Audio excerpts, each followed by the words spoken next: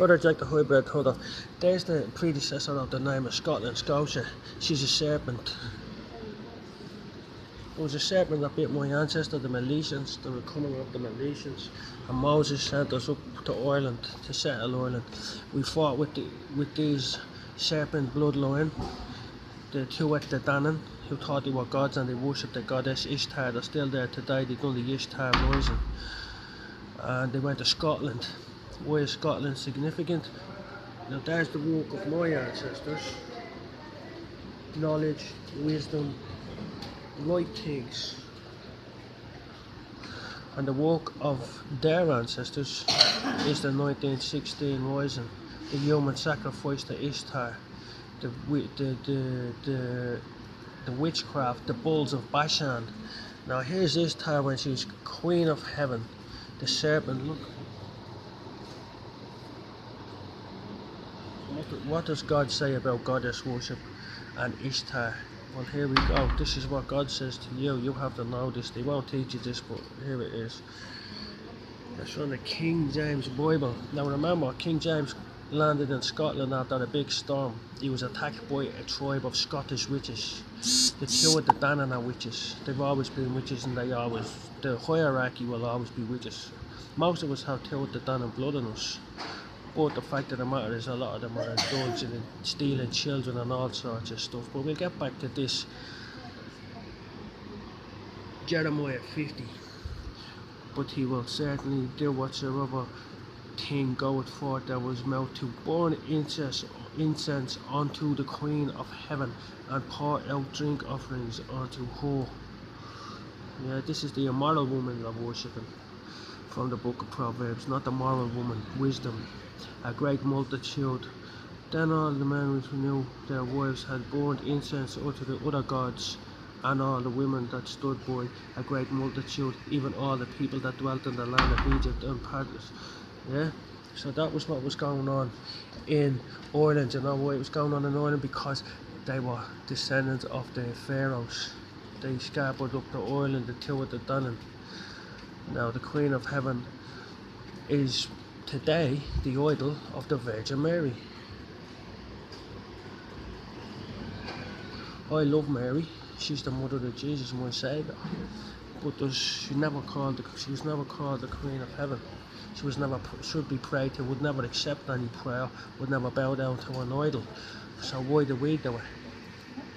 Why do people do it? You've done it in the past. If you're from a Catholic place, you've bowed down to idols. But the serpents, why did St. Patrick say he banished the serpents? Well, the Irish people were Christians after they had the only Christian country that never had any martyrs. They saved civilization.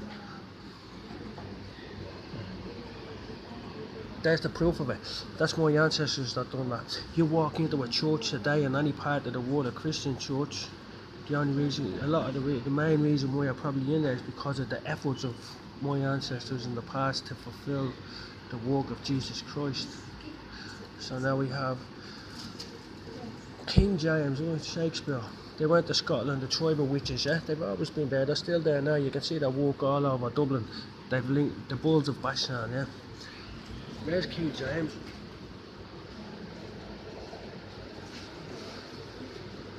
After landing in Scotland, the witch hunts swept across Europe because there's a tribe of witches. That's the long and the short of it. If they don't worship Jesus Christ or of the serpent bloodline, they're called tares.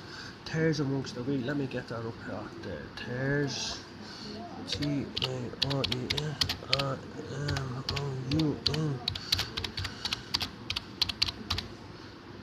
Tares among the wheat. There we go. The parable. Now this is a parable. This is Jesus putting your word. The parable of the tares amongst the wheat. Another parable he put forth to them. Slept the enemy came and sowed tares amongst the wheat and went his way. That's like when Satan and the fallen angels came down and messed around with it, that went into the daughters of men and kept not the first estate. The first estate was the spirit. This is the physical world. Because they were made to help God with creation, they can come into the physical world and assume any form they want. because that was the power they were given, but they lusted after the daughters of man. There's 200 watcher angels locked up underneath your feet in the abyss, and apparently they get released really soon to create havoc upon the earth and teach warfare and all the things that they taught: abortion, the whacking of innocent blood cries out because, and they're coming. That's what it says. So there are tares amongst the wheat. And are the two of the Dannons still here? Oh yes they are. I'll prove it to you right this very minute. Watch. O-L-I-G-E. My Irish Defence Forces. I'll show it to you. They valued above all the plough, the sun and the goddess and the hazel there. I'll show you the pagan sun use of now in a second.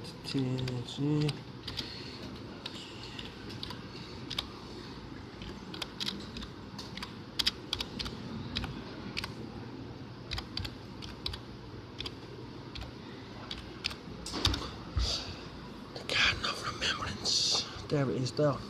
Witchcraft. A satanic ritual. Throwing the Christian cross into a pit.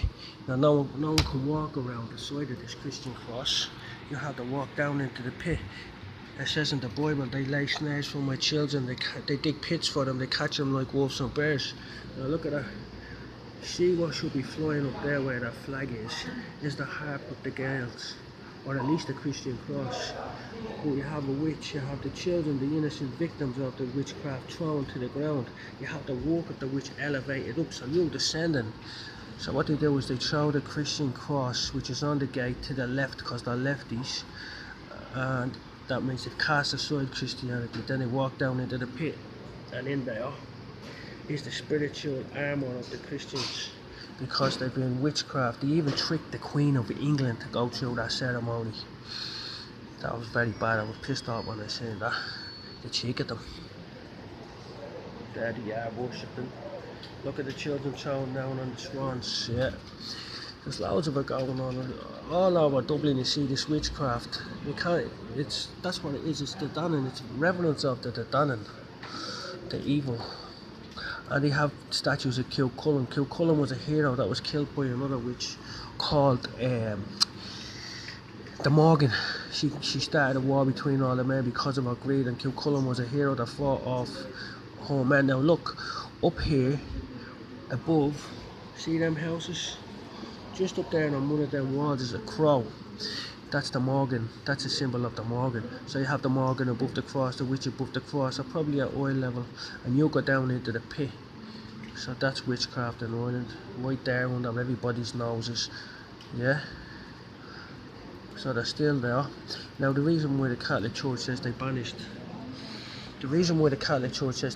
the serpents is because my ancestors who converted to Christianity, the only people in the world who never had any martyrs, because they were waiting for the coming of the Messiah, because they were Milesians and he had connections with all the other heathen tribes of the world, of the earth.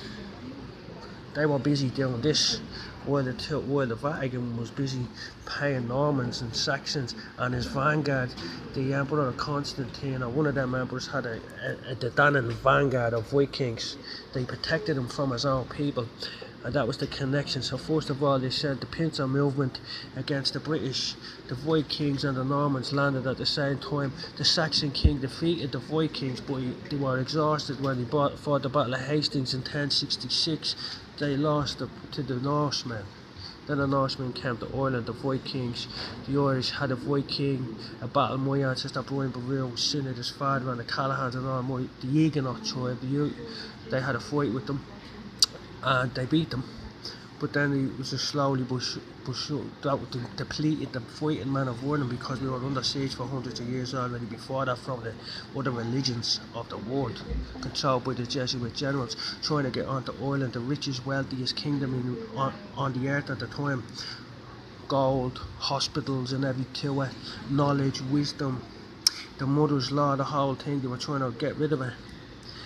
So they sent Catholic priests up to a king in England, and then my ancestors thought, we're not having this idolatry, and took all these beautiful works of art back to Ireland and Iona and hid them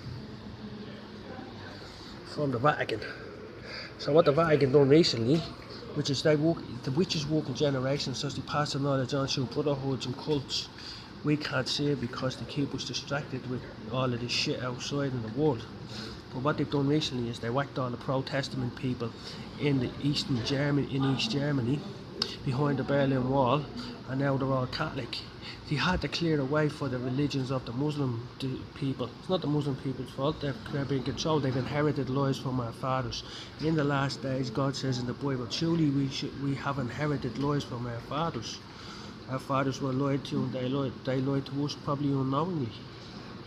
But this is the unveiling, so there'll be no hiding any secrets. Or just for instance, for one, how it might affect an owl yolk. Say something, for instance,